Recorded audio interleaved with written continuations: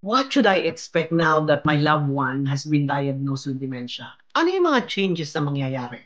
Compared to your mom before that, she's very rational, it will now change. There will also be physical changes from walking, coordination, balance, to eating, or even the way they taste food. The body will change too. So a lot of things, a lot of surprises. Be ready to adjust. The impact is not just on the senior. It will have an impact on you, your family, your relationship, your finances, your job, and your dreams. You will be impacted everything. So caregiving is not just about them, it deeply affects you.